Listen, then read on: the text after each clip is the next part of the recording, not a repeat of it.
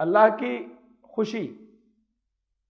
अब हमारे यहाँ तो आम बात जो है वो यही है कि भाई हर वक्त कुछ भी हो अल्लाह की खुशी को देखो, जिस बात पर अल्लाह खुश उस पर हम भी खुश। ये अल्लाह की नाराजगी जो है उससे दूर रहो। काम करो या नहीं करो, अमल करो ना करो, वो तो सब दूसरे नंबर पे। पहली चीज तो अल्लाह की खुशी है कि वो भी राजी हुआ, तुमसे खुश हुआ या नहीं हुआ। हम लोग असल में अपने हमारे इंसानी जो इमोशंस हैं और इंसानी जज्बात हैं वही अल्लाह की तरफ मंसूब कर लेते हैं। जैसे हमारे इमोशंस हैं, जज्बात हैं, वैसे अल्लाह के भी। हम खुश होते हैं, अल्लाह भी खुश होता है। बहुत आम बात है। हम खफा होते हैं, गुस्सा आ जाता है, अल्लाह को भी गुस्सा आ जाता है, वो भी बहुत खफा होता है। अल्लाह इन बातों से गनी है, तमाम जहानों से बेनियाज। ये इंसानी जज्बात है, इंसानी इमोशन है, अल्लाह का इससे कोई ताल्लुक नहीं।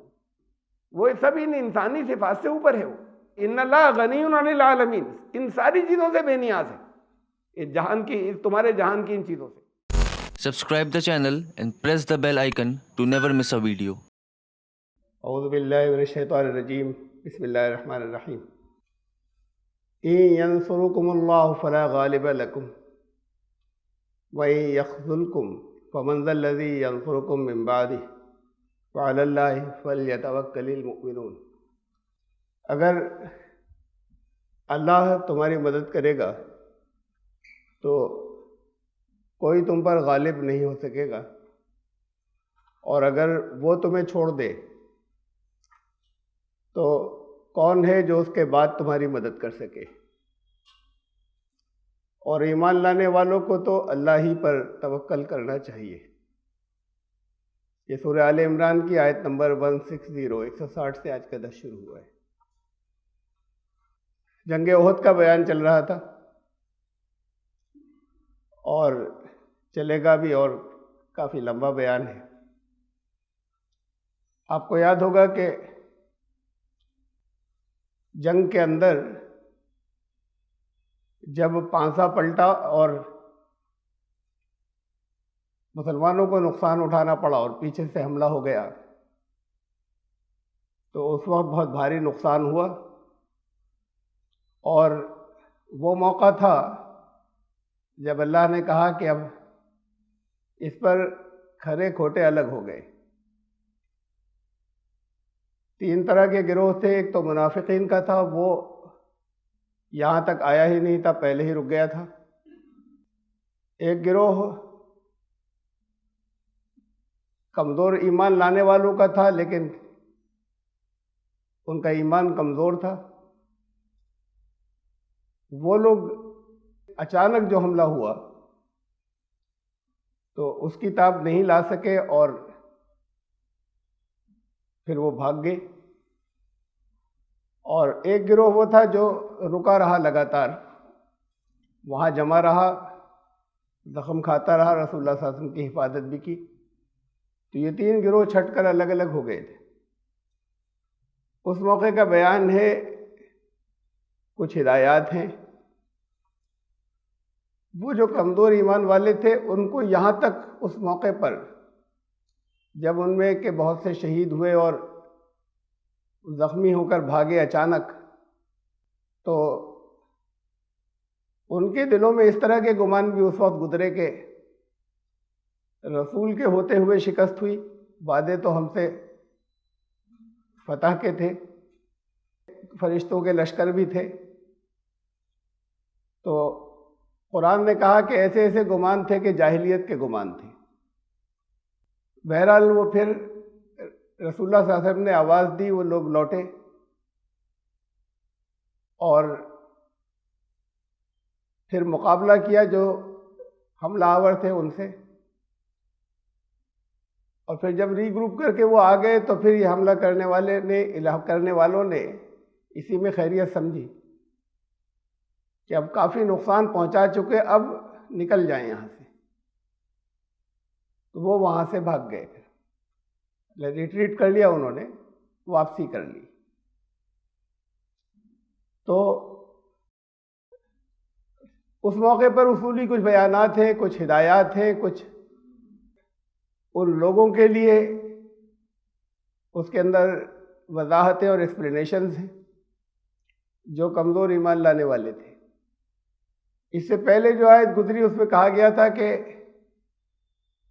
अल्लाह ने इन्हें माफ़ कर दिया, ये वापस पलट आए थे।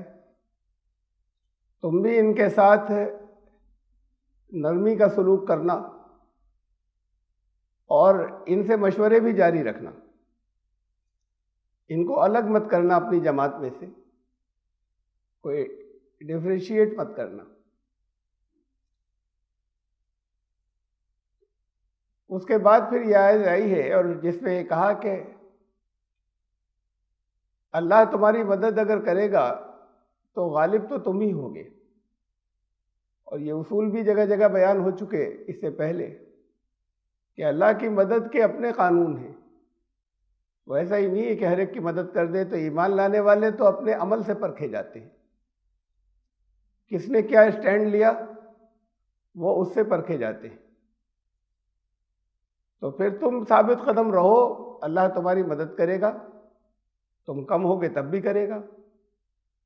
सिर्फ इस वजह से तुम्हारे ऊपर वो गालिब नहीं आएंगे कि तुमसे ज़्यादा थे।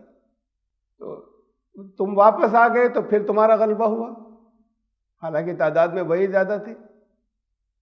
अब अगर अल्लाह तुम्हें छोड़ दे तो फिर उसके बाद कोई तुम्हारी मदद नहीं कर सकता, छोड़ा नहीं अल्लाह ने।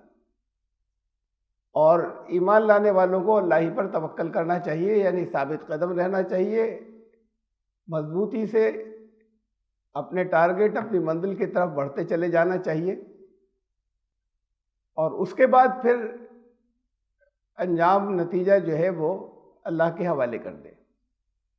वमा काना लिनबी अन यगुल्ला, तब उसी कंटेक्स्ट में ये कहा कि नबी ऐसा नहीं करता कोई चीटिंग करे, नबी धोखे नहीं देता, कोई नबी नहीं करता ऐसा। तरह तरह के जो गुमान आए थे जाहिलियत वाले, वो उनके दिलों में था, अल्लाह जानता था। इस तरह की बातें जहनों में गुजरी थी।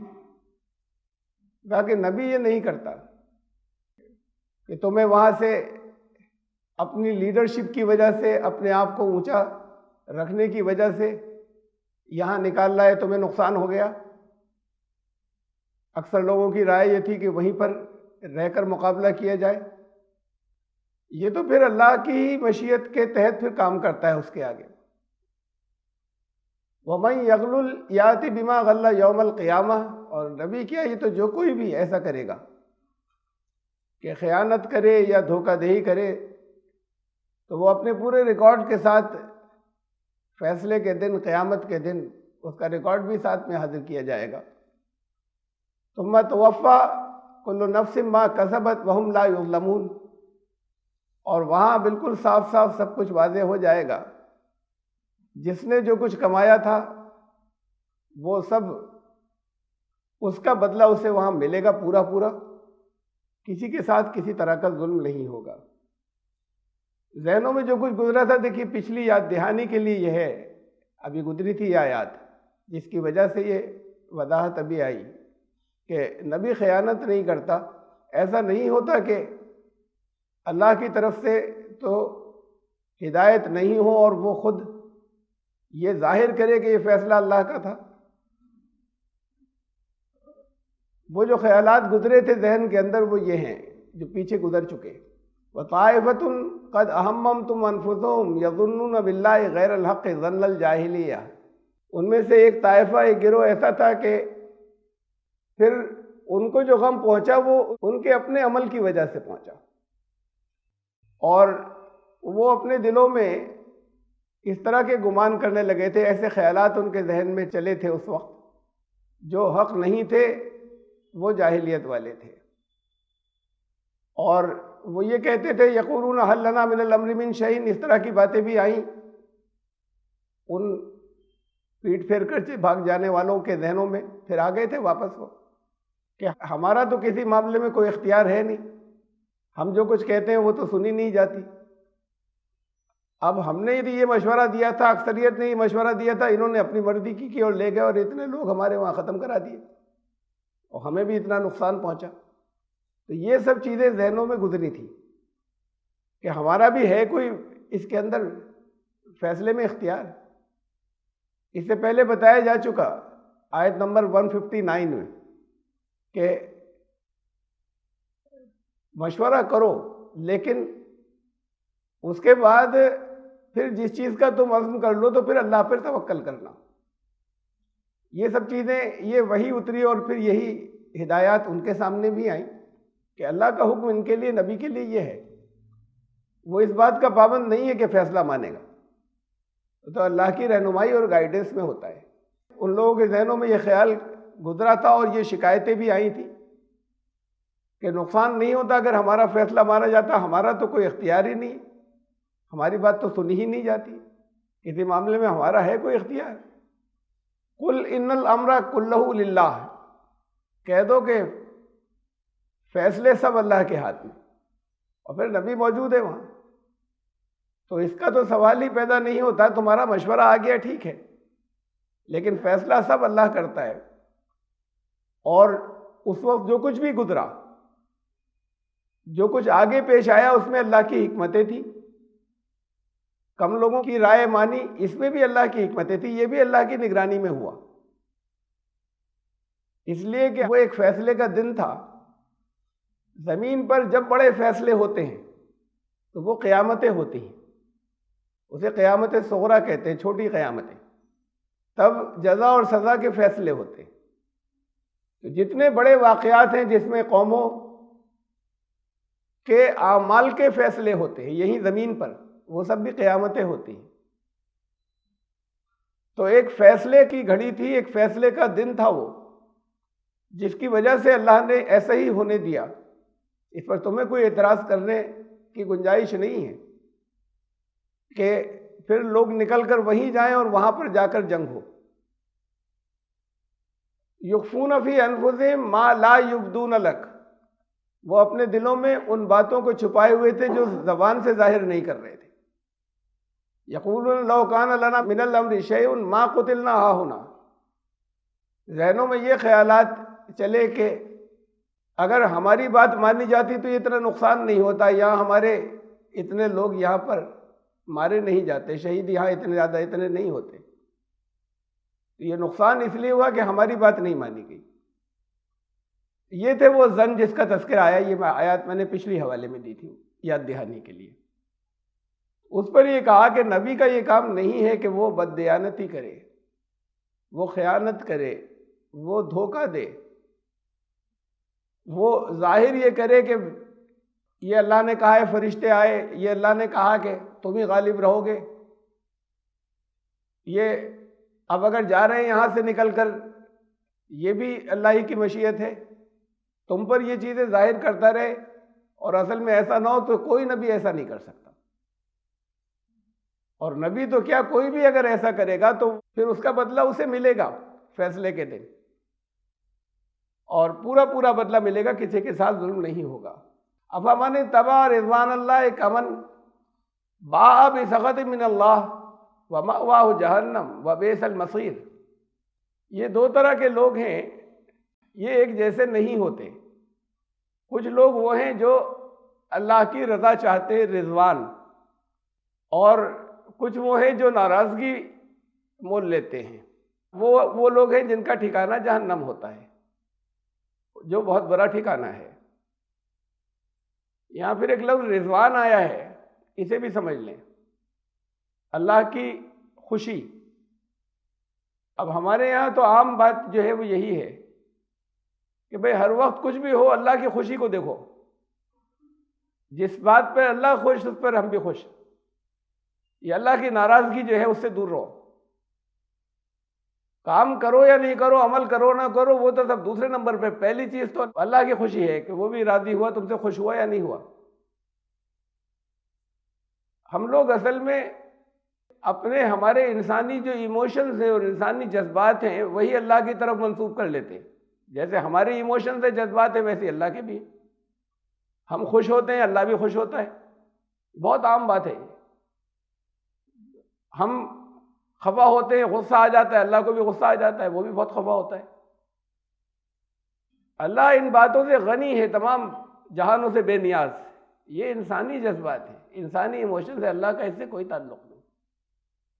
लफ्ज़ रिज़वान का फिर मतलब समझिए क्या है। इमाम रागिब की डिक्शनरी से ही आपको मैं दे रहा हूँ हवाला। मुफरदात जो उनकी है बहुत मशहूर।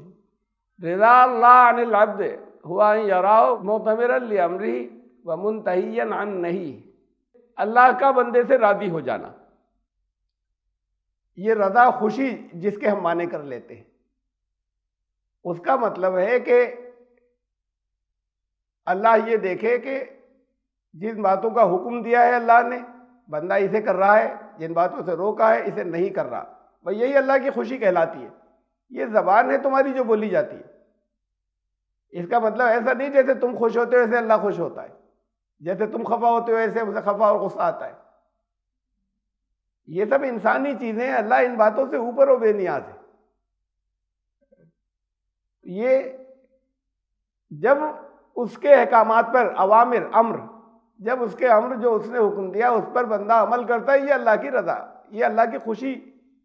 ये अल्फाज इस्तेमाल किए जाते हैं और इसका असल मतलब ये होता है कि कोई अल्लाह के अहकामात पर अमल कर रहा है, रजा उसे कहते हैं। और फिर वो अगर बहुत ज़्यादा सरगर्मी से कर रहा है तो वो रिजवान है, उससे आगे बढ़कर, जिसका तर्जुमा हमारे यहाँ खुशी किया जाता है। असल में इसके माने एग्रीमेंट। एग्रीमेंट यानी कोई एक ऐसा है जिसके ऊपर जो हम कहते हैं आपस में मुआहदा हुआ, दोनों ने एग्री कर लिया, राजी हो गए। ये वो खुशी नहीं है जो हमारी जबान में खुशी बोली जाती है कि अल्लाह को खुश रखो, उसके अहकामात पर अमल करें, बस यही अल्लाह की खुशी है। वहां पर कोई ऐसे जज्बात नहीं हम सोचें कि वो अब बैठा हुआ कहीं पर कोई खुश हो रहा है। इसको अल्लाह की खुशी का नाम दिया गया तुम्हें समझाने के लिए। देखिए ये लफ्ज़ रज़ा बहुत सी जगहों पर कुरान शरीफ में आया, लेकिन ज़्यादा वाज़ेह आपको इस आयत से होगा, वला जुनाह अलैकुम फीमा तराज़यतुम बिही मिन बादिल फरीज़ा। अब यहाँ रज़ा का लफ्ज़ आया, तराज़यतुम, राज़ी हो जाना। इसमें तुम्हारे ऊपर कोई गुनाह नहीं है, ये निकाह के ताल्लुक से है, दरमियान का टुकड़ा लिया है, पूरी आयत नहीं है। सूरह निसा की आयत नंबर 24 के मेहर तय करो, और उसके बाद तय हो जाने के बाद फिर इसमें कोई हर्ज नहीं है कि फीमा तराज़यतुम बिही, कि तुम आपस में कोई समझौता कर लो, आपस में कोई एग्रीमेंट कर लो। ये है लफ्ज़ रज़ा, दोनों राजी हैं। तो इसका मतलब नहीं दोनों खुश हो रहे, दोनों जो हैं इस बात पर एग्री कर गए, दोनों का समझौता हो गया इस बात पर। ये रज़ा का, रज़ा लफ्ज़ जो अरबी का है वो ये मफ़हूम देता है, इन्नल्लाह कान अलीमन हकीमा।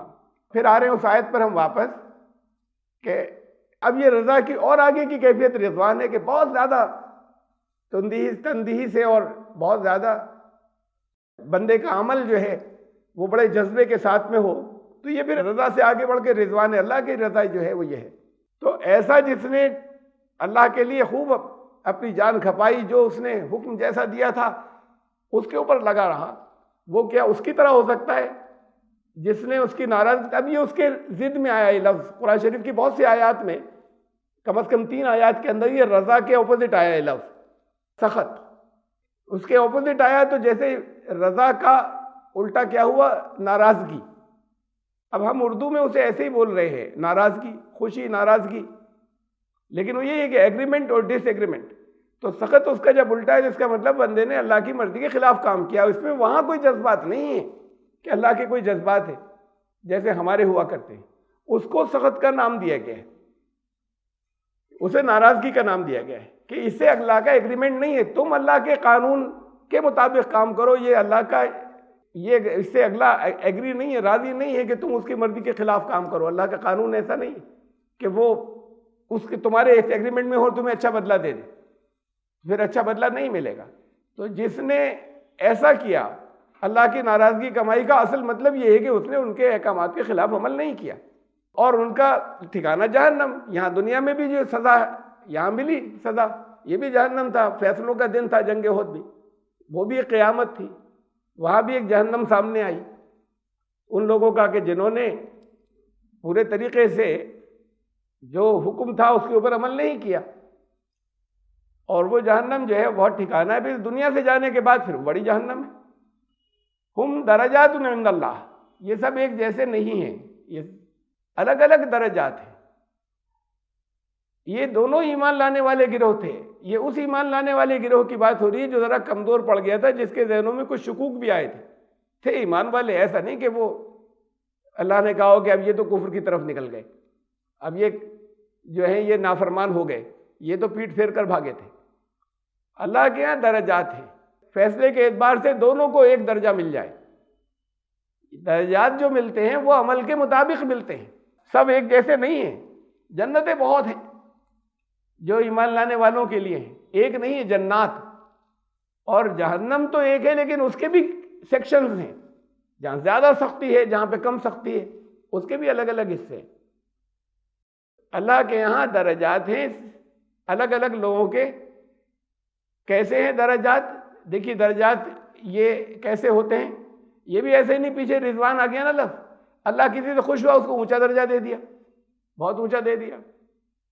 ये तसव्वुरात जो है हमारे ये ऐसे हैं कि जैसे एक ऐसे कहानियों के अंदर ये एक राजा बादशाह था,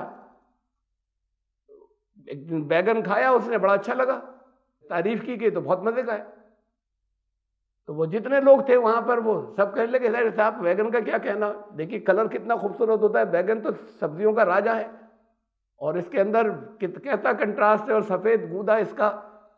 और सारे हकीम लोग तो कहते हैं इससे अच्छी कोई सब्जी नहीं, बेपनाह फायदे की चीज़। बात गुजर गई। वो कुछ दिन बाद फिर वो बैगन पका था, उस दिन उनके कुछ पेट में तकलीफ हो गई, तो उन्होंने कहा ये क्या खिला दिया मुझे। तो वो जितने वहां पे थे उनका इससे बेहुदा तो कोई सब्जी नहीं है, सारे हकीम दुनिया के कहते हैं कि इससे तो पेट खराब हो जाता है और इससे तकलीफें हो जाती हैं, और ये देखिए बिल्कुल काले जैसा तो रंग है, ऐसा है, ये सब्जी तो कभी पकनी नहीं चाहिए। तो वो उन्होंने कहा कि भाई अभी कुछ दिन पहले तो तुम कह रहे थे कि इससे अच्छी कोई चीज़ ही नहीं दूसरी, आज तुम ये कह रहे हो कि सब इसे कहते हैं कि ये बहुत बुरी है। तो वजीर भी थे वहाँ, उन्होंने कहा जहाँ पना हम आपके बंदे हैं, हम बैगन के गुलाम नहीं हैं, हम बैगन के नौकर नहीं हैं, आपके बंदे हैं। ये तो आपकी रजा, आपकी खुशी, तो हम खुश। आप इससे खुश थे बहुत, आप नाराज, हम भी नाराज। तो ये खुशी नाराजगी तो ये यहाँ के लोगों की होती ही, जब उनका अच्छे अमल थे नहीं थे, जैसा कुछ भी था हम ज्यादा खुश हो गए, चलो बहुत नवाज दिया, बड़ा अच्छा था, जरा देर को खफा हुए उनके खाक में मिला दिया। तो ये खुशी नाराजगी इंसानों जैसी खुशी नाराजगी नहीं होती, यहाँ तो एक इंसाफ है। ये दराजात जो हैं ये अमल के एतबार से होते हैं। वलिकुल्लिन दराजातुन, ये दूसरी जगह है, मैंने उसके दराजात की यही बात आई दूसरी जगह, उसका हवाला देने के लिए, समझाने के लिए। सूरह नंबर 6 सूरह अल-अनाम आयत 132 132 देखिए, वलिकुल्लिन दराजातुम मिम्मा अमिलू, ये दराजात जो मिलेंगे लोगों को, अलग अलग क्लासेस और डिग्रीज उनको दी जाएंगी, वो उनके अमल के एतबार से होंगी। ये नहीं है कि वो अल्लाह बहुत खुश हो गया था, तो वो खुशी इंसानों जैसी खुशी नहीं है, वो खुशी का मतलब भी यही है, इंसान ने अमल किया, इसे अल्लाह की रज़ा कहा जाता है। ये उनके अमल के एतबार से हुआ करता है, ये इंसाफ है यहाँ पर। उनके दराजात उनके अमल के एतबार से जो भी मिलेंगे, ये नहीं है कि अल्लाह बहुत किसी से खुश हुआ तो उनके बहुत नवाज दिया, आज हमने नाराज हुआ था तो बाकी सब उसके सारे अमल जो है वो बेकार चले गए अच्छे। तो वो ना खुशी ना नाराजगी जैसी आपकी खुशी और नाराजगी होती है, वो सब इन इंसानी सिफात से ऊपर है। वो गनी, इन्नल्लाह गनीयुन अनिल आलमीन, इन सारी चीज़ों से बेनियाज है, इस जहान की, इस तुम्हारे जहान की इन चीज़ों से। वमा रब्बुका बिगाफिलिन अम्मा यामलून, लेकिन ये दराजात अमल के कैसे मिलेंगे? वही तो दे सकता है जो जानता है कि किया क्या था। ये पिछली आयत पे मैं आ रहा हूँ वापस, हुम दरजातुन इंदल्लाहि वल्लाहु बसीरुम बिमा यामलून। कोई बसीर होगा तब अमल काम भी आएगा। अब अमल हमने कर डाले, किसी ने देखा नहीं, हुक्म था बिल्कुल सही, अमल किया, अब उनकी नजर पर ही नहीं जिन्होंने हुक्म दिया, तो फिर बदला भी वही देगा। दर्जात तय करने वाला ऐसा नहीं है कि तुम्हारा कोई अमल जाया जाएगा, वो बसीर है, वो सब कुछ देख रहा है, जितने तुम्हारे अमल हैं वो उसकी नज़र में है, उनके मुताबिक दर्जात तुम्हारे तय होंगे। ये उनको कमज़ोर ईमान वालों को ये बताया जा रहा है। लक़द मन्नल्लाहु अलल मुमिनीना इज़ बअसा फ़ीहिम रसूलन मिन अनफुसिहिम। और इसी कंटेक्स्ट में फिर ये एक उसूली बात कही कि ये इंसानों के ऊपर अल्लाह का बेपनाह एहसान हुआ कि उसने उन्हीं के अंदर से एक रसूल जो है वो मबूस फरमाया, एक रसूल उठाया उन्हीं में से ईमान लाने वालों के ऊपर। ये एहसान की बात है, ये अल्लाह का एहसान है तुम्हारे ऊपर। यतलू अलैहिम आयाती व युज़क्कीहिम व युअल्लिमुहुमुल किताब वल हिकमत व इन कानू मिन क़ब्लु लफ़ी ज़लालिम मुबीन। वो अल्लाह की आयात तिलावत करता है, तज़किया करता है, किताब और हिकमत का इल्म देता है, और इससे पहले तो वो लोग बिल्कुल साफ अंधेरे और गुमराही में थे या भटके हुए थे। ये अल्लाह का एहसान है कि रसूल भेजा, इसलिए कि जो रसूल की मार्फत वो चीज़ें आई कि तुम्हारी कामयाबी किन चीज़ों में है और किन चीज़ों में नहीं है। यहाँ दुनिया की कामयाबी के भी उसूल बताए। ये तुम्हें ट्रायल एंड एरर से सीखते हुए नुकसान उठाकर दुनिया को चीज़ें मालूम होती हैं, वो उसूल बताए, और इस दुनिया से गुजरकर कामयाब होने के भी उसूल बताए। तो अल्लाह ने इससे पहले बहुत से नबी आए, उनकी तालीमात खो गई थी, फिर वो आखिरी नबी सल्लल्लाहु अलैहि वसल्लम, अल्लाह का ये बहुत बड़ा एहसान है कि वो उन्हीं में से एक रसूल लाए। ये किसी और स्पेसी का होता रसूल, रसूल फरिश्तों में से होता, किसी और इंसान से अलग किसी और मखलूक में से होता, तो इंसानों के लिए बड़ा मुश्किल हो जाता, रोल मॉडल नहीं बनता। तुम्हारे दुख दर्द को जानता है, उसके अपने ऊपर गुजरती है। तुम में से का मतलब ये कि तुम्हारे माहौल को जानता है, तुम्हारे कल्चर को जानता है, तो ये बहुत बड़ा एहसान है। कोई अगर बाहर से इम्पोज कर दिया जाता अच्छा इंसान ही है, तो बाहर से आने वाले कोई रूलर्स होते हैं बड़े, कोई ऑफिसर किसी दूसरी जगह के, बिल्कुल दूसरे किसी कल्चर के या तहजीब के लाके मुसल्लत कर दिए गए, तो वो नहीं जानते, वहाँ के मिजाज को नहीं जानते, वहाँ के कल्चर को नहीं जानते, तो तुम्हारी हर छोटी बड़ी बात के दुख दर्द को समझता है और जानता है। ये बहुत बड़ा एहसान है कि रसूल भी ऐसा भेजा कि तुम में से निकाला उसने। फिर यतलू अलैहिम आयाती, अल्लाह की आयात तिलावत करता है तुम्हारे ऊपर, व युज़क्कीहिम, और तज़किया करता है। तज़किया का मतलब है कि ये तुम्हारे जो खोट है, जो कमियां हैं, उनको अलग हटाकर साफ और पाक कर दे। तो अब वो जब साफ और पाक कर देगा तब इस लायक होगा कि उसको आगे बढ़ाया जा सके। इसे कहते हैं इर्तिका, नश्व नुमा देना। तो ये नश्व नुमा देता है, तुम्हें उठाता है, ऊपर उठाता है, लेकर जाता है, तुम्हारा नश्व नुमा करता है। ये ज़का के असल मतलब यही है, परवान चढ़ाना। व युअल्लिमुहुमुल किताब वल हिकमा, और किताब का इल्म देता है और हिकमत का इल्म देता है। तो देखिए, समझ लीजिए कि इल्म सिर्फ किताब का काफ़ी नहीं है, और ये दो बातें अलग हैं। तिलावत अलग चीज़ है, किताब का इल्म अलग चीज़ है। तो रसूल ने ये सारी चीज़ें दी, तो अब रसूल से खाली तिलावत ले ली जाए, कुरान के अल्फाज ले ली जाए, इल्म नहीं लिया जाए, तो फिर जिस काम के लिए रसूल आए थे उनसे तुमने फ़ायदा नहीं उठाया। जब फ़ायदा नहीं उठाया तो फिर तुम्हें नुकसानात होंगे।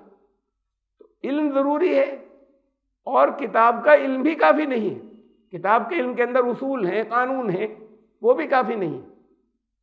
उनका इम्प्लीमेंटेशन, उनका निफाज सही तरीके से, कानून का सही तरीके से निफाज, इम्प्लीमेंटेशन उसका, तो उसका इम्प्लीमेंटेशन का तरीका कब किस मौके पर क्या इस्तेमाल किया जाए, इसमें से लड़ाई के हुक्म भी है, बचकर निकलने का हुक्म भी है, एराज करने का, ये दोनों अहकामात हैं।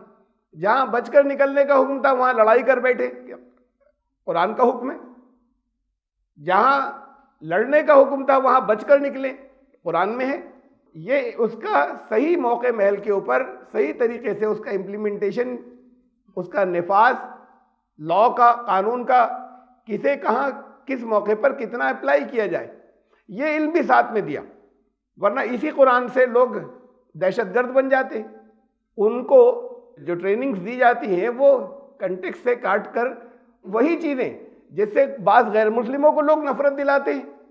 अब वो नफरत, अच्छा ये हुक्म देता है कुरान कि जहाँ जो मिले उससे लड़ना, गैर मुस्लिम से, ये तो काफिर है सब, और इन्हें मार डालना, इन्हें कत्ल कर देना। तो अब इसी से जिनको नफरत दिलाई जाती है, उनको ट्रेन किया जाता है, जहनों में ठूस दिया जाता है। इसी से उन लोगों को जो अपने आप को मुसलमान कहते हैं दहशतगर्द बनाया जाता है। ये दोनों एक ही मटीरियल इस्तेमाल कर रहे हैं। तो ये सही उसका इम्प्लीमेंटेशन नहीं है लॉ का या कानून का या उसूलों का या किताब का। तो किताब के साथ हिकमत का मतलब ये है कि कहाँ किस मौके पर क्या हुक्म था और क्या ज़्यादा मुनासिब है, उसका सही इम्प्लीमेंटेशन, उसका सही निफाज है, उसे हिकमत कहते हैं। अगर हिकमत का इल्म साथ में नहीं हो तो खुद इसी किससे चीज़ें लेकर नुकसान हो जाता है, और वो नुकसान जो है वो जगह जगह नजर आते हैं दुनिया के अंदर, अगर हिकमत साथ में ना हो। वह इनकानों मिन क़ब्ल लफ़ी ज़लालिम मुबीन।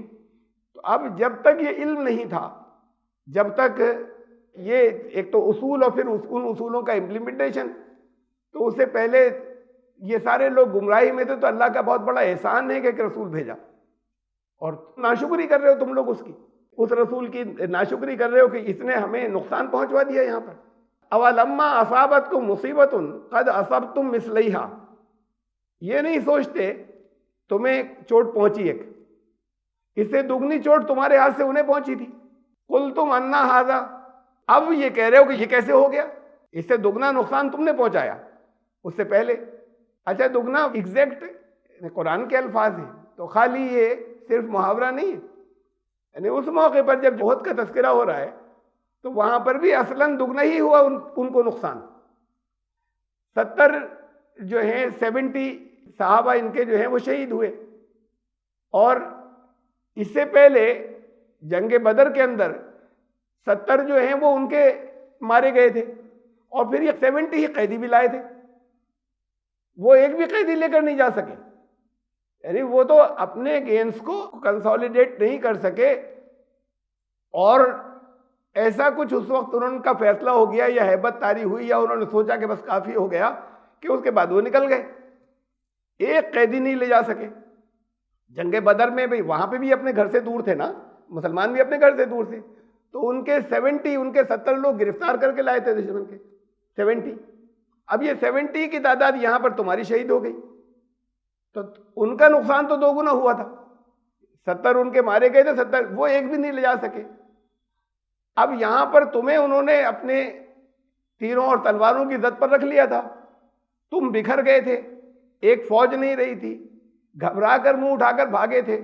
अब वो उसके बाद बस्ती में घुस जाते, वहां पर कब्जा करते कि अब इसको बस आखिरी, अब तो जीत हो गई ना, तो अब जब जीत हो गई तो इस वक्त अब फैसला करते चले। ये सब भी कुछ नहीं हुआ, बस वो सीधे उस वहां से निकलकर अपने मक्के की तरफ वहां से निकल ली और रवाना हो गए। तो तुम्हें तकलीफ पहुंची, तो ये भी हुआ है कि तुमने उससे दुगनी पहुंचाई तकलीफ उनको। तो ये उतार चढ़ाव आते हैं, और फिर ये अपनी जगह की तुम्हारी वजह से हुआ था। अब तुम ये कह रहे हो कि ये कैसे हो गया, तो कुल हुआ मिन इंदी अनफुसिकुम, उनसे कहो ये जितनी पहुंची ये भी तुम्हारी अपनी वजह से हुआ। अल्लाह की तरफ मंसूब किया जाता है कि अल्लाह के कानून के मुताबिक यही होना था, तो अगर तुम्हारी गलती होगी तो तुम्हें नुकसान पहुंचेगा। कह रहे हो ये कैसे हो गया, ये तुम्हारी अपनी वजह से हुआ। इन्नल्लाह अला कुल्ली शैइन कदीर, अल्लाह हर बात पर कादिर है। इसे भी मैं बता चुका हूं पहले, इसका मतलब भी जरा समझने में गलती होती है। तो फिर अल्लाह हर बात पर कादिर है, तो फिर अल्लाह जो दिल चाहता करता, वो एक को भी नहीं जाने देता, सारे मारे जाते, वो अल्लाह कादिर ही है। तो फिर अल्लाह की मर्जी से हो रहा है सब कुछ। ये वही चाह रहा है कि इनको यहां पर नुकसान भी पहुंच जाए। हाँ ठीक है, जरा सी गलती हो गई थी, वो तो था, इसका बात पे कादिर के इसे जाने देता इसे। ये कादिर का मतलब होता है, ये लफ्ज कदर से बना है। कदर का मतलब आप लोग जानते हैं, बहुत मरतबा बताया मैंने, एस्टिमेट, तखमीना। ये अल्लाह के एस्टिमेट हैं, तखमीने हैं, वो अल्लाह का कानून है। क्या कब होगा, कैसे होगा, वो सब इफ और बट के साथ में, अगर ऐसा तो फिर ये होगा, अगर ये तो फिर ये होगा, ये सारे तखमीने हैं। वो अल्लाह का कानून है, वो वैसे ही पेश आता जाता है। हर मोमेंट पर कोई बैठा हुआ ऐसा थोड़ी कि जैसे एहकाम सादिर कर रहा है, यहाँ ये कर दो, यहाँ इसका बच्चा पैदा हो, ये मारा जाए, ये ऐसा हो जाए, इसकी दुश्मनी हो जाए। वो हर एक को अलग अलग सबके बैठकर कोई वहां से तार हिला थोड़ी रहा है, उसने एक सेटअप पूरा बना दिया। ये तकदीर थी, वो तकदीर सारी इफ और बट के साथ, अगर ऐसा होगा तो ये होगा, ये होगा तो ये पेश आएगा, ये पूरा सेट है तकदीर। अब जो जैसा कर रहा है अपने अमल की वजह से मिल रहा है उसे। ये पहले से फैसला था कि अगर ये करेगा तो ये मिलेगा, कुछ और करते तो कुछ और मिलता। ये है कदर। अल्लाह ने हर चीज की तकदीर बना रखी है, इन्नल्लाह अला कुल्ली शैइन कदीर। तो उसी कानून के मुताबिक जो कुछ तुम करोगे तुम्हें मिलता चला जाएगा। तुम्हारी अपनी तरफ से तुम्हें तकलीफ पहुंची, इसलिए कि अल्लाह की तकदीर ये ऐसे ही थी ये, और वो अल्लाह का कानून बदलता नहीं है कि तुम जो कुछ करोगे उसका बदला वहां तुम्हें, ये पहले से तय था कि अगर तुमने ऐसा किया तो ये नुकसान पहुंचेगा। ये तय नहीं था कि नुकसान पहुंचना ही है, ये था तुम्हारे अमल के ऊपर। तो ये तकदीर ऐसे ही होती है। भाई ये अल्लाह ने हर चीज़ की तकदीर पहले से बना रखी है, ये है मतलब इसका असल में अल्लाह इन्नल्लाह अला कुल्ली शैइन कदीर, वरना तो फिर ये हो जाएगा कि हाथ में तो उसी के था, जो दिल चाह कर देता। इससे क्या हुआ कि वहाँ से कुछ लोग हट गए थे मौके के ऊपर से। यही तकदीर है कि यही था कि अगर हटेंगे तो नुकसान पहुँचेगा। बहुत ज़्यादा इंस्ट्रक्शन इसकी स्ट्रिक्ट दे दी गई थी कि ऐसा नहीं करोगे तुम।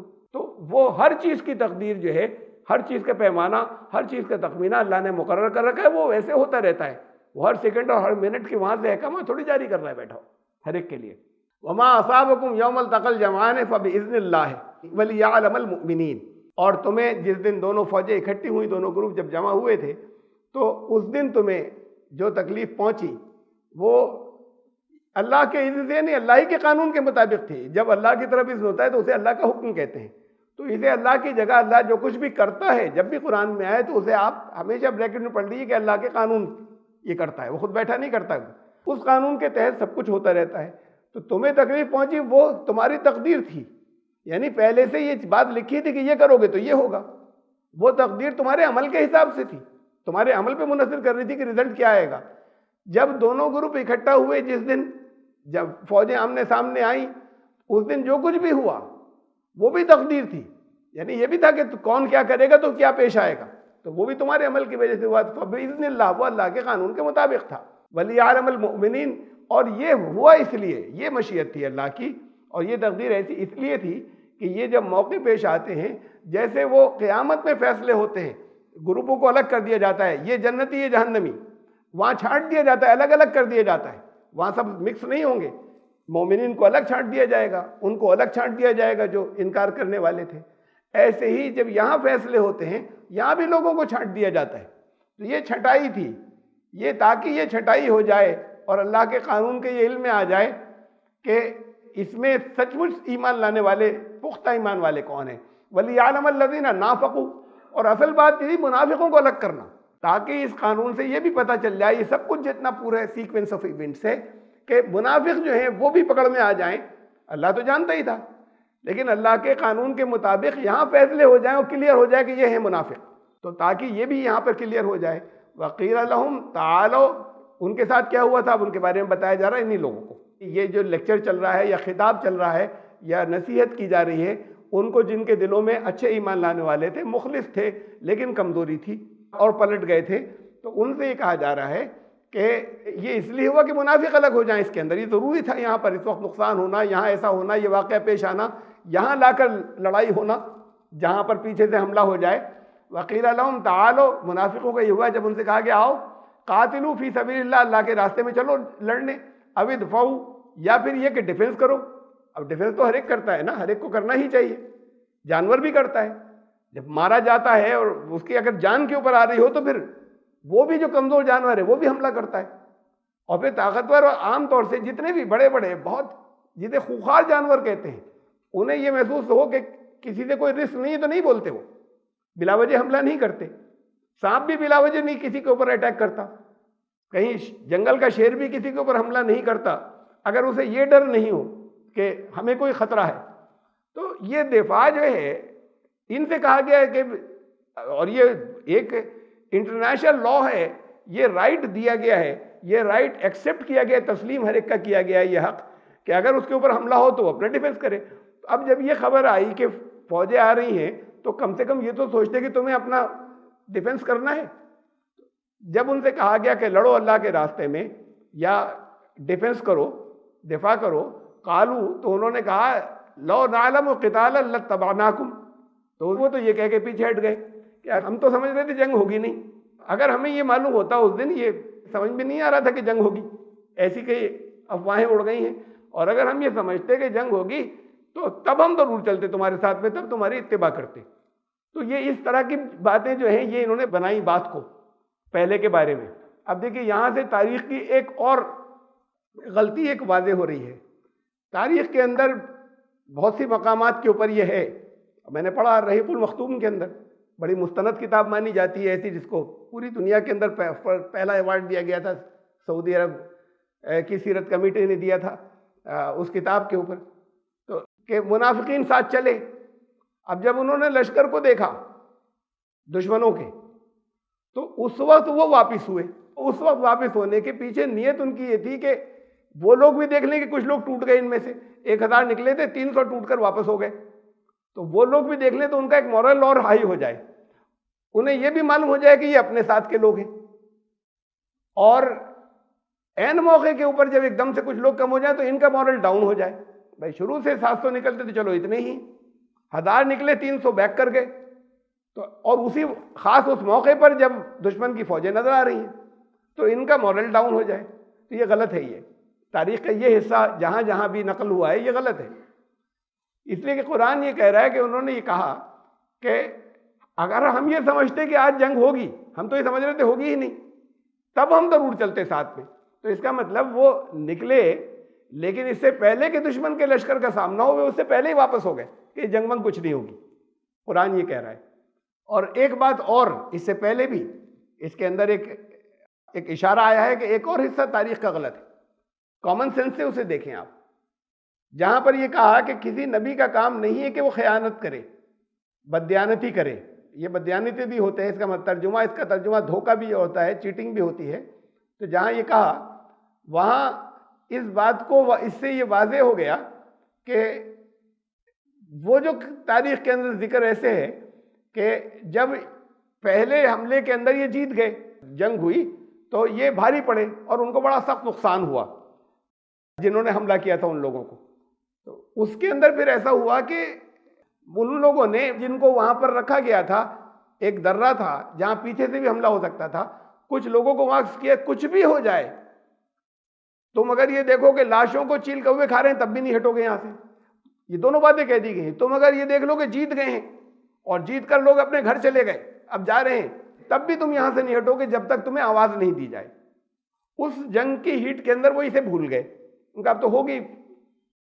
उनके हालांकि कुछ लोग वहां पर रुके रहे थे और उन्होंने कहा कि मना किया था रसूलुल्लाह सल्लल्लाहु अलैहि वसल्लम ने, तो उन्होंने कहा नहीं, ये मतलब नहीं था उनका, इसके लिए नहीं कहा था उन्होंने कहा कि नहीं, रोका था, लेकिन वो अपनी जगह छोड़ दी उन लोगों ने। वो आखिर तक डरते रहे और वो शहीद हुए, वो लोग जो थोड़े से रुक गए थे उस जगह पर। ये कहा गया वमा काना ले नबी यगुल, नबी कभी चीटिंग नहीं करता। इस लफ्ज का मतलब खयानत भी है, नबी खयानत नहीं करता।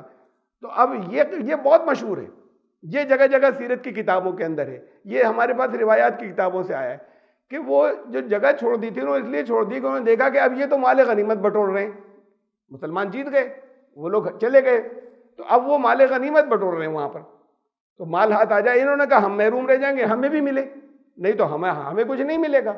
इस चक्कर में उन्होंने जगह छोड़ दी थी। तो वो जैसे भी हो, अगर कुछ उनकी थोड़ी सी कमजोरी भी वहां पर हो गई तो ये ऐसे भूखे नहीं थे कि माल गनीमत पे टूटने के लिए जगह छोड़ें।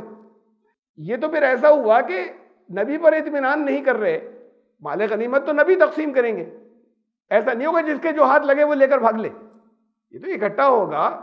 और ये कानून कुरान के अंदर बयान हो गया जंगों के लिए कि जैसी जरूरत जिसकी वो समझेंगे वैसी वो तकसीम करेंगे। तो ये सब इकट्ठा होगा, ये हर एक अपनी मर्जी का लूट कर नहीं ले जाएगा यहां से कुछ।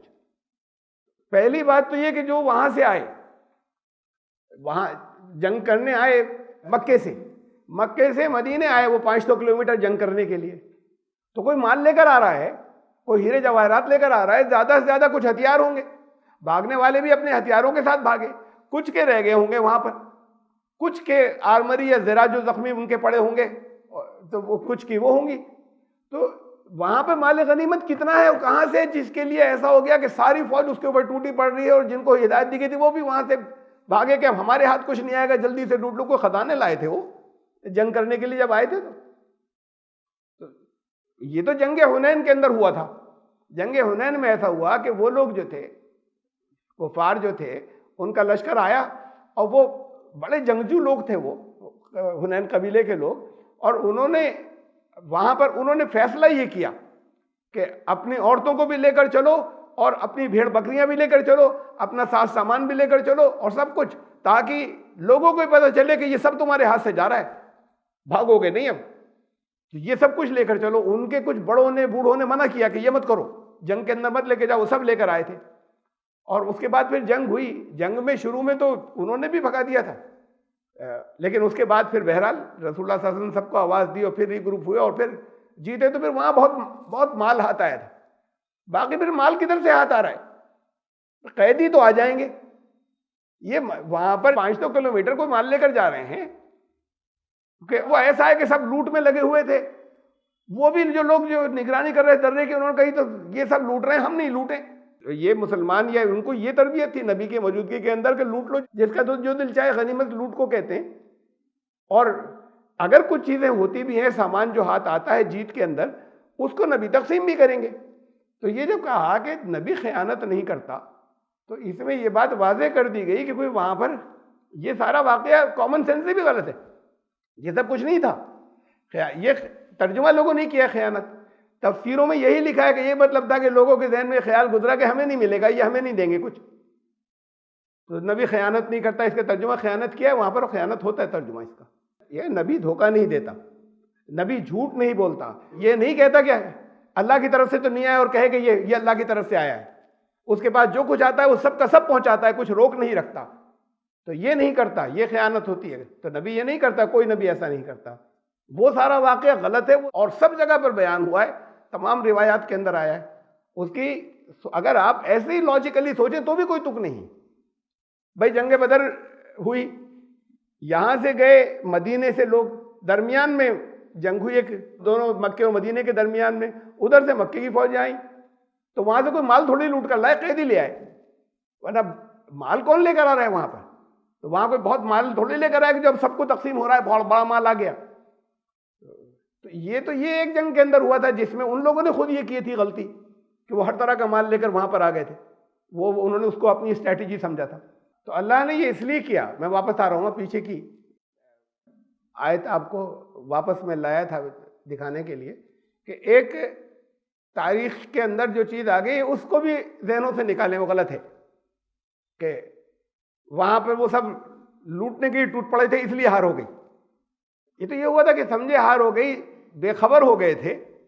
ज़्यादा से ज़्यादा ये होगा कि वहां पर ये सोचते होंगे कि कुछ अगर चूंकि वो शुरू के पहले हल्ले में हारे थे, कुछ हथियार अगर टूटे फूटे पड़े हो वहां पर, या टूटे नहीं वैसे ही कोई भागते वक्त अपना गिरा कर चला गया हो, अपने जख्मियों को उठा रहे होंगे, अपने भी कुछ लोग जख्मी हुए, कुछ उनके भी खत्म हुए, उनको इसमें लगे होंगे, और वो जो उनकी जंगी जो ग्रुपिंग थी वो खत्म हो गई। तब वो पीछे से हमला हो गया अचानक, तो वो बदहवास हो गए और भागे, फिर उसमें नुकसान हुआ। ऐसा कुछ नहीं कि वो सब वहां पे माल लूट रहे थे भाई, रुके हुए इसलिए ऐसा हो गया। तो वो एक चीज़ गलती है। तो इन्होंने कहा कि जब मुनाफिकीन ये कहते हैं कि जब उनसे कहा जाता है कि अल्लाह के रास्ते में लड़ो या दिफा करो, कालू लो नालम क़िताल तबानाकुम, तो कहते हैं कि हम ये समझ रहे थे कि जंग ही नहीं होगी, अगर होती तो हम तुम्हारा इत्तिबा करते। हुम लिल कुफ्रि यौमाइदिन अक़रबु मिनहुम लिल ईमान, उस दिन वो कुफ्र के ज़्यादा करीब थे ईमान के मुकाबले में। दावा तो ईमान का करते हैं, लेकिन उस दिन वो कुफ्र के किनारे पहुंच गए थे, वो कुफ्र के ज़्यादा करीब थे, बिल्कुल आखिरी तौर पर काफिर नहीं कहा। इसलिए कि ये वो गिरोह है अभी तक, अब ये फैसले बाद को होंगे आगे कुछ सालों के बाद जाके, ये वो गिरोह है जिसमें से कुछ लोगों के ये तौबा करने की, पलट कर आने की, दिल बदल जाने की उम्मीद है या इम्कानात मौजूद हैं। अभी दिल टोटल बंद नहीं हुए, सियाह नहीं हुए। तो अब ये ग्रुप अलग आइडेंटिफाई तो हो गया कि कौन लोग थे, तो लेकिन इन्हें ये नहीं कहा कि ये काफिर हो गए, उनका ये कुफ्र के ज़्यादा करीब हो गए थे, ईमान से बहुत ज़्यादा दूर थे उस दिन जिस दिन ये बात कही थी। यक़ूलून भी अफ़वाहिम मा लैसा फ़ी क़ुलूबिहिम, उनकी ज़बानों से ये निकल रहा था जो उनके दिलों में नहीं था। ये ख़ास पहचान है जो कुरान ने दूसरी जगह पे बताई है मुनाफिक की, कि दिल में कुछ और होता है और ज़बान से कुछ और अदा करता है। इसलिए मोमिन की सबसे बड़ी पहचान ये है कि सच्चा होता है, लेकिन नबी की सबसे बड़ी सिफत ये है कि सच्चा होता है। और ईमान लाने वालों से कहा या अय्युहल्लज़ीना आमनू लिमा तक़ूलूना मा ला तफ़अलून। ईमान सूरह मुनाफिकून यहाँ से शुरू हुई है, जिसके अंदर मुनाफिकीन के आगे पहचाने बताई आखिर तक। ईमान लाने वालों, तुम ये मत किया करो कि तुम नहीं करते और दूसरों से कहते हो। ये कौल और फेल के अंदर कंट्रडिक्शन और तज़ाद नहीं होना चाहिए। उनकी ज़बानों पर वो था जो ज़बान से कुछ और कह रहे थे, दिल में कुछ और था। वल्लाहु आलमु बिमा यक्तुमून, वो जो कुछ छुपाए हुए थे सब अल्लाह जानता है, उसे जानता है। अल्लज़ीना क़ालू लिइख़वानिहिम वक़ादू लौ अताऊना मा क़ुतिलू, इन्होंने कहा कि वो हमारे भाई हैं सब, ये जिनका नुकसान हुआ ये मारे नहीं जाते। अगर उस वक्त इन्होंने हमारी बात मानी होती कि हम तो कह ही रहे थे कि यहाँ रुक कर जंग करनी है। कुल फ़दरऊ अन अनफुसिकुमुल मौत इन कुंतुम सादिक़ीन, इनसे कहो कि जब तुम्हारी मौत का वक्त आए तो उसे टाल कर दिखाना, यानी मरोगे तुम भी किसी दिन। अब इनको कह रहे हो कि उस दिन मारे नहीं जाते। अरे ये नहीं मरे हैं, कुरान ने कहा वला तहसबन्नल्लज़ीना कुतिलू फी सबीलिल्लाहि अमवाता। तुम ये जबानों से जो कह रहे हो कि ये मर गए, इनके बारे में तो ये गुमान भी मत लाना दिमाग के अंदर। वो जो अल्लाह के रास्ते के अंदर कत्ल हुए कि ये मर गए हैं, ये सोच रही मत इनके बारे में, नहीं मरे। तुम ये कह रहे हो कि वहां पर ऐसा होता, पहले तो तुम अपनी मौत को रोक कर दिखाना। अब तुम ये सुन लो वो नहीं मरे, बल अहयाउन इंद रब्बिहिम यरज़ुकून, वो जिंदा हैं, तुम्हारी समझ में नहीं आ रहा। दूसरी जगह कहा कि वो वलाकिल्ला तशऊरून, उनकी जिंदगी का शऊर नहीं है तुम्हें, तुम्हारी समझ में नहीं आ रहा कैसे जिंदा है, लेकिन वो बरज़खी जिंदगी के अंदर है। वहां भी जो उनकी ज़रूरियात है वो पूरी हो रही हैं, वहां भी ज़रूरियात होती हैं। यहाँ बॉडी दी जाती है, उस बॉडी की ज़रूरियात होती हैं असल में। तो नफ्स को जो एक बॉडी दी जाती है, जिस्म, उसी जिस्म के जरिए खुशी और राहत और तकलीफ और गम होते हैं, और ये उसी बॉडी के जरिए बॉडी मीडियम बनती है, होते असल में नफ्स को हैं, जान को। अब यहां पर ये बॉडी रुक गई, वक्त आगे चल रहा है, इसको बरज़ख में बरज़खी जिस्म दिया जाता है। कैसा है, क्या कैफियत है हम नहीं जानते, लेकिन मादी नहीं है तो हमें नजर नहीं आता। वहां जो जरूरतें उनकी हैं, उनको उनके जिस्म के जरिए उनकी रोजी और उनको दी जा रही है, जो उनकी जरूरतें वहां पूरी की जा रही है, वो वहां जिंदा है। अच्छा, जिंदा तो मैं बहुत मरतबा आपको बता चुका हूं कि ये लोग जो कुफ्र करने वाले हैं, ये भी जिंदा हैं बरज़ख के अंदर, और इससे आगे भी जिंदा होंगे जहन्नम के अंदर आगे जाने के बाद। ये जिंदगी तो एक मुसलसल अमल है, आगे जा रही है। इसके अंदर ऐसा कहते कि ये जिंदा है, इसका मतलब वो जिंदा नहीं है क्या? वो जो कुफ्र करने वाले थे जिंदा वो भी हैं। तो ये खास तौर से क्या कहा है कि इनको तुम मुर्दा मत कहना। इंसान की दो तरह की जिंदगी है, एक तो ये मादी जिंदगी है, मेटीरियल लाइफ, उसका ताल्लुक हमारे इस जिस्म से है, बॉडी से है, इसकी नीड्स हैं, इसकी ज़रूरतें हैं, वो इंसान जानता है और पूरी करता है। इंसान जो है वो खाली ये जिस्म या मेटीरियल नहीं है, इसकी एक हम उसे अपनी, चूंकि उसके अंदर उर्दू में रूहानी बोला जाता है, रूह से ताल्लुक उसका नहीं है, लेकिन हम फिर वही वर्ड यूज करते हैं। इसकी एक स्पिरिचुअल भी इसकी एक एंटिटी है, एक हैसियत इसकी। ये खाली इंसान जो है ये खाली मादी एक हकीकत नहीं है, बल्कि एक रूहानी हकीकत भी है साथ में। उसकी भी कुछ नीड्स हैं, उसकी भी कुछ ज़रूरियात हैं। तो रूहानी का मतलब रूह से ताल्लुक मत समझिएगा, जिसका ताल्लुक नफ्स से है, तो उसकी अपनी ज़रूरत है, उसको हम बोलने के लिए बोलते हैं रूहानी, स्पिरिचुअल। तो उसकी भी कुछ नीड्स हैं। यहाँ पर जैसे जैसे कि भाई सर्दी लग रही है तो कपड़े पहनने चाहिए, हम इन ज़रूरतों को, इस बॉडी की भूख लग रही है खाना खाएं, यहाँ पूरा करते हैं, इंसान पूरा करता है, जानवर भी पूरे करते हैं। हमला हो तो अपने आप को बचाते हैं, ये जानवर भी करते हैं। तो यहाँ तक का हिस्सा इंसान का ज़रा तरक्की याफ्ता ज़्यादा है, लेकिन उस जानवर जैसा ही है। लेकिन ये हिस्सा इंसान का उससे मुख्तलिफ है जानवर से। वो जब आया तो अपनी इंस्टिंक्ट साथ में लाया था, उसके अंदर चिप है, कब किस मौके पे क्या करना है उसको कोई सिखाया नहीं जाता, वो अपनी एज के साथ सीखता चला जाता है। इंसान का बच्चा जीरो नॉलेज के साथ पैदा होता है, उसके अंदर वो चिप नहीं होती, उसको इल्म मिलता है बाहर से कि इसका जो इर्तिका होना है, ये कामयाब होना है, उसकी तालीम जो आएगी वो वही के जरिए आती है, और वो सिखाया जाता है कि कैसे हो। रसूल का काम ये था, यही है तज़किया, कि रसूल तज़किया करता है, परवान चढ़ाता है, नशोनुमा देता है, इवॉल्व करता है। तो ये जिंदगी ये आगे जा रही है। अब अगर इसका एवोल्यूशन नहीं हो, और तो जैसे यहाँ पर सही उसकी ज़रूरत के तकाजे जो हैं, जो बॉडी के नीड्स हैं, वो पूरे नहीं किए जाएं, कोई बड़ा कमज़ोर रह जाएगा, कोई बहुत बीमार रह जाएगा।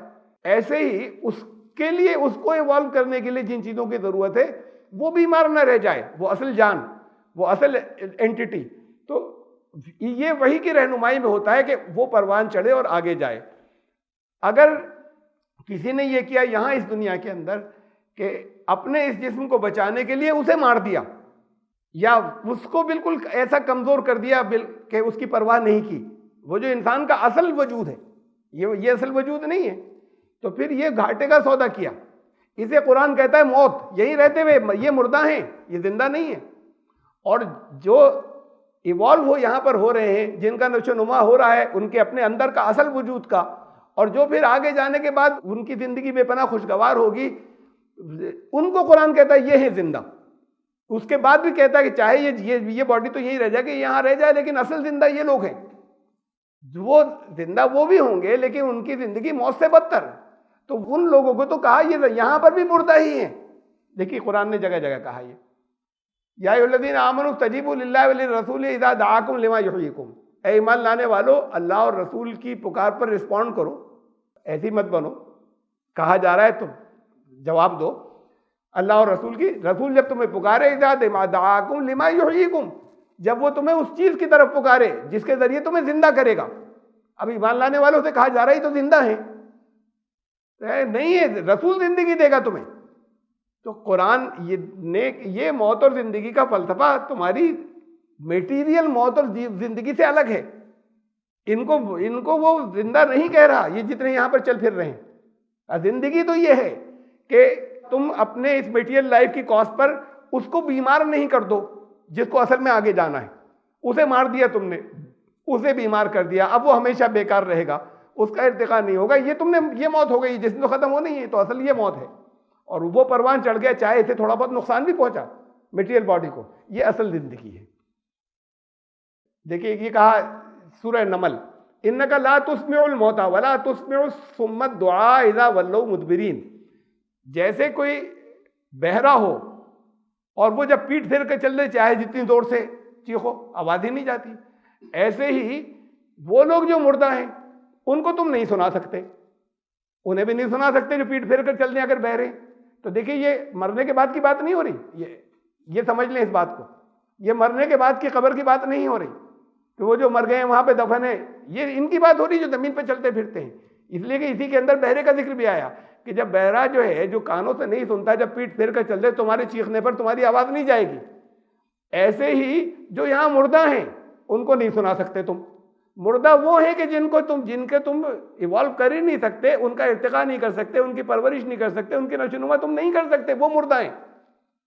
ये अपनी कब्रों में पहुंच चुके हैं, हालांकि चल फिर रहे हैं।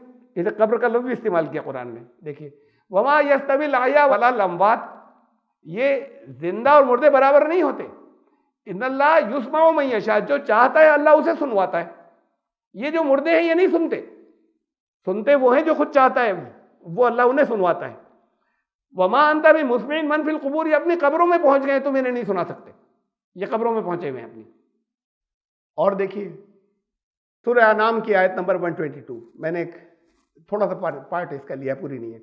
अवमन काना मैतन फाया ना हो, दो लोग हैं ये कभी बराबर नहीं होंगे। एक है मुर्दा, उस मुर्दे को हमने जिंदा कर दिया। कोई एक पहले मुर्दा था, फाया ना, उसे हमने जिंदा कर दिया। वजालना लहू नूरन यमशी भी फिन्नास, अब उसके साथ में एक नूर भी कर दिया, उस रोशनी को लेके वो इंसानों में जाता है, उनकी जिंदगी भी रोशन करता है। ये क्या उसके बराबर हो जाएगा? कमम मसलो फिर ज़ुलुमात लैसा बिखारिज मिन्हा, जो अंधेरों में भटक रहा है वहां से निकल ही नहीं पा रहा है। जो पहले मुर्दा था हमने जिंदा कर दिया, अभी इसे इल्म की रोशनी दी, इसे शऊर दिया, इसको अपने आप को ऊंचा करने का शऊर दिया। तो ये है पहले मुर्दा था अब जिंदा हो गया, अब ये रोशनी दूसरों में भी फैला रहा है। ये उसकी तरह नहीं हो सकता जिसके पास कोई रोशनी नहीं आई, वो मुर्दे हैं। तो ये मुर्दा था जिंदा हो गया, ये जिंदों से कह रहे हैं जो मादी तौर पे तो जिंदा हैं, लेकिन वो मुर्दा थे, कहा इसे ये जिंदा हो गए, जिनको रोशनी जो है वो हिदायत की मिल गई, ये हुए अब जिंदा। तो कुरान असल में कहता है असल जिंदगी ये है। इसलिए ये कहा कि वो लोग जो हैं जो अल्लाह के रास्ते में, तुम उन्हें मुर्दा क्यों कह रहे हो? मुर्दा मत कहो, अरे मुर्दे तो यहां पर चल फिर रहे हैं, ये मुर्दे थे, उनको मुर्दा मत कहो, वो तो जिंदा हैं। तो असल जिंदगी उन्हीं की है। वरना इस हिसाब से कि ये नफ्स जो है ये आगे जाएगा और उनको सदा वहां मिलती है, जजा और सदा, इस लिहाज से वो भी जिंदा हैं। लेकिन जैसे यहां मुर्दा थे ऐसे वहां पर मुर्दों से भी ज्यादा बदतर है। असल जिंदगी तो है ही नहीं कि तो इनको तुम ये जो कह रहे हो कि ये यहाँ पे मारे गए, ये तुम जबान से मत निकालो, इनकी तो सारी नीड्स पूरी हो रही। यहां से क्यों नहीं जाना चाहते? ये सामान मिलेगा, ये ऐशो इशरत मिलेगा, ये यहाँ पे जरा दिन का, अब ये तो कैसे मिलेगा? बेचारे चले गए, घर बनाया था, ये किया था, इससे इनकी तो नीड इससे अच्छी तरीके से पूरी हो रही है, वहां पर सब कुछ मिल रहा है इन्हें मुर्दा मत कहो। तुम इनके बारे में सोचो भी मत ऐसी बात कि ये मुर्दा मर गई। ये जो कह रहे हो कि ये हमारी बात मानते, तो ये ऐसा नहीं होता। फरीहीन बिमा आताहुमुल्लाहु मिन फज़ली, अल्लाह के फजल से जो कुछ उन्हें मिला है उससे बहुत शादा फरहाएं, बेपनाह। अब ये है खुशी, इंसानी जज्बात वाले इंसान होते हैं, ये बेपनाह वहां पे अपनी खुशी की हालत के अंदर है। जो अल्लाह ने उनको इतना दिया अपने फजल से। वयस्तबशिरून बिल्लज़ीना लम यहलक़ू बिहिम मिन खल्फ़िहिम अल्ला खौफ़ुन अलैहिम वला हुम याज़रून, और उन लोगों के लिए भी खुश है कि अभी हैं हमारे भाई, वो भी आएंगे, हमसे भी मिलेंगे, अभी नहीं आए हैं हमारे पास। उनको इतना नहीं मालूम जितना अब इनको एहसास है इस बात का कि इनके लिए अब ना कोई खौफ होगा और न गम, और यहाँ बड़ी नेमतें मिलेंगी। अपने लिए भी खुश हैं, उनके लिए भी खुश हैं। यस्तबशिरून बिनिअमतिन मिनल्लाहि व फज़लिन, और वो अल्लाह की उस नेमत से वो खुश होते हैं, खुश होंगे वो जो बाद वाले हैं, और उसका फजल से। व इन्नल्लाह ला युज़ीउ अजरल मुमिनीन, वो इस हकीकत को वो जान गए हैं सही तरीके से। यहाँ तो तुम्हें बताया जाता है, मान लो, उस हकीकत का इदराक हो गया, इस हकीकत तक वो पहुंच चुके कि अल्लाह उजरत ज़ाया नहीं करता, मजदूरी ज़ाया नहीं करता मजदूरी की। देखिए यहाँ भी बात ये नहीं कि अल्लाह ने कुछ ज़्यादा दे दिया, जितना उन्होंने किया था वो उनको मिल गया। तो ये उजरत है, अजर का मतलब वेजेस। अल्लाह ईमान लाने वालों की वेजेस, उनकी उजरत ज़ाया नहीं करता। तो ये इस बात का उनको सही हकीकत पता चल गई। यहाँ पर तो तुम्हें बता रहे हैं, तुम मान लो, उन्होंने उसका एहसास कर लिया, उन्होंने इसे देख लिया, अब उन्हें बहुत कुछ मिल रहा है, तुम उन्हें मुर्दा कह रहे हो। इनके बारे में तो तसव्वुर भी मत करना ही कि वहाँ पे मारे गए, ये कामयाब हो गए ये लोग। तो अल्लज़ीना इस्तजाबू लिल्लाहि वर रसूली मिन बादि मा असाबहुमुल कर्ह लिल्लज़ीना ahsanu मिनहुम वत्तक़ू अजरुन अज़ीम। ऐसा हुआ था वहाँ पर हिस्टोरिकली कि जब वो चले गए वो लोग कि भाई अब तो चलो हो गया, अब निकल लो यहाँ से, मक्के की तरफ रवाना हो गए। इनमें से लोगों को बड़ी तकलीफें भी थी, चोट भी थी। वो जो सचमुच जो निकले थे, जो वहाँ से, ये मुनाफिकी में थे, किसी से नहीं कहा गया। तो आगे जाने के बाद अबू सुफियान ने लोगों को रोका कि ये तो हमने गलती की, अभी हमें तो यहाँ से निकलकर पूरा क्रंच पूरे तरीके से क्रश करके आना चाहिए था। ये तो असल में ऐसा हुआ कि हम जैसे बीच में भाग लिए। हाँ, उनको नुकसान बहुत पहुंचा दिया, उसके बाद ऐसा हुआ जैसे जरा सा कहीं डंडा मार के भाग गए हों। हमें तो पूरा सब कुछ अभी रुक कर आखिरी जीत करनी थी इस वक्त। ये तो बिल्कुल जख्मी भी थे, तितर बितर भी थे, बिखरे हुए भी थे, खौफजदा भी थे। तो उसने फिर रोका अपनी फौजों को। ये गलती का एहसास हुआ, ये अल्लाह ने उनके दिल में रखा था कि वो ऐसे ही हो। अब वो जो गलती का एहसास हुआ तो उसने रोका और फिर कहा कि नहीं, अभी फिर वापस चलेंगे। और वापस चलने के बाद, मदीने चलने के बाद, अब वो तो ये तो जख्मी हैं और डिमोरलाइज है, इन पर आखिरी हमला करेंगे। यहाँ पर भी सुनगुन मिली, इत्तला हुई। तो रसूलुल्लाह सल्लल्लाहु अलैहि वसल्लम ने वो बहुत से उनको जख्मी थे उसके अंदर, लेकिन मुनाफिकों को तो छोड़ दिया। वो तमाम लोग जो उसके अंदर जो ईमान लाने वाले थे, उनसे कहा चलो हम चल के इनसे मुकाबला करेंगे। अब दरमियान में अभी ऐसा हुआ है कि बीच में ये डिमोरलाइज हो चुके हैं, बहुत चोट आ चुकी है। लेकिन अब इस वक्त जब इकट्ठे हो गए थे तो उस वक्त फिर ये हुआ कि रसूलुल्लाह सल्लल्लाहु अलैहि वसल्लम की पुकार पर निकले लोग, और थके हुए थे, जख्मी थे बहुत से उसके अंदर। हुजूर ने कहा कि अब चलेंगे, चल के इनसे मुकाबला करेंगे। अब तो ये सारे लोग उनकी नबी की सरगर्दी में फिर निकले। उन लोगों ने जब ये देखा कि ये इनके हौसलों को देखा, ये तो देख ही चुके थे कि जब शुरू में जंग हुई थी तो वो हार रहे थे। ये भी उनको था उनको कि जब ये दोबारा रीग्रुप हो गए, जरा वापस आने लगे थे, तो फिर हम वहां से निकल लिए थे। अब ये जब वापस आ रहे हैं, इनके इतने हौसले हैं कि ये तो हमारा आने का इंतजार तो अलग, ये हम पर हमला करने आ रहे हैं, ये ऐसा हो रहा है। तो फिर उन्होंने इसी में खैरियत समझी कि बस हो गया, अब जो कुछ हो गया अब चलो। वो फिर वापस मुड़कर चले गए। उस वाक़े का जिक्र किया है कि अल्लज़ीना इस्तजाबू लिल्लाहि वर रसूली मिन बादि मा असाबहुमुल कर्ह। इसके बाद क्यों उन्हें चोट पहुंची हुई थी, इसके बाद उन्होंने अल्लाह और रसूल की पुकार पर लब्बैक कहा। वो लोग लिल्लज़ीना ahsanu मिनहुम वत्तक़ू अजरुन अज़ीम, उनमें से जिन्होंने हुस्न वाले काम किए, बैलेंस काम किए और फिर उन्होंने तक़वा इख्तियार किया, उनके लिए बड़ा ज़बरदस्त अजर है, उनको बड़ा ज़बरदस्त बदला मिलेगा, वहाँ भी मिलेगा बाहर। और यहाँ के अजर की बात भी है, अल्लज़ीना क़ाला लहुमुन्नास इन्नन्नास क़द जमअू लकुम फ़ख़शौहुम फ़ज़ादहुम ईमाना वक़ालू हस्बुनल्लाहु व निअमल वकील। ये वो लोग हैं कि जब निकल रहे थे तो मुनाफिकों ने इनसे कहा कि अब बड़ी तादाद फिर तुम्हारे लिए, तुम हमले के लिए इकट्ठी हो गई है, तो अब ज़रा सा डर रखो उनका। इससे उनका ईमान और बढ़ गया, उनका इकट्ठी हो गई, हम जा रहे हैं, बजाय इसके कि डिमोरलाइज होते हैं, अब उनका ईमान और बढ़ा। ये वो लोग हैं। वक़ालू हस्बुनल्लाहु व निअमल वकील, और उन्होंने कहा कि अल्लाह हमारे लिए काफ़ी हो जाएगा, और हमने तो उसी को अपना वकील बना लिया, यानी हम जा रहे हैं और फिर उसके बाद तवक्कल करेंगे उसके ऊपर। फ़नक़लबू बिनिअमतिन मिनल्लाहि व फ़ज़लिन, वो ऐसे वापस आए कामयाब अल्लाह की नेमत और फजल को लेकर। लम यमससहुम सूअ वत्तबऊ रिज़वान अल्लाह, उनको अल्लाह की रिज़वान मिली और उसकी उन्होंने इत्तिबा की थी, अल्लाह के रिज़वान की। देखिए इत्तिबा की थी अल्लाह के रिज़वान की, यानी जो अल्लाह का हुक्म था उसकी इत्तिबा की उन्होंने। लम यमससहुम सूअ, उनको कुछ भी तकलीफ नहीं पहुंची, लौट कर चले गए। वो ये निकले थे, इनको चोट पहुंची हुई थी, ये जब गए तो देखो कामयाब वापस आए और इनको कोई नुकसान नहीं पहुंचा। वल्लाहु ज़ू फज़्लिन अज़ीम, और अल्लाह जो है वो अजीम फजल वाला है। तो हम आयत नंबर 174 174 तक आए। इंशाल्लाह ज़िंदगी रही तो फिर 175 175 से फिर शुरू करेंगे अगली बार। सुभान अल्लाह।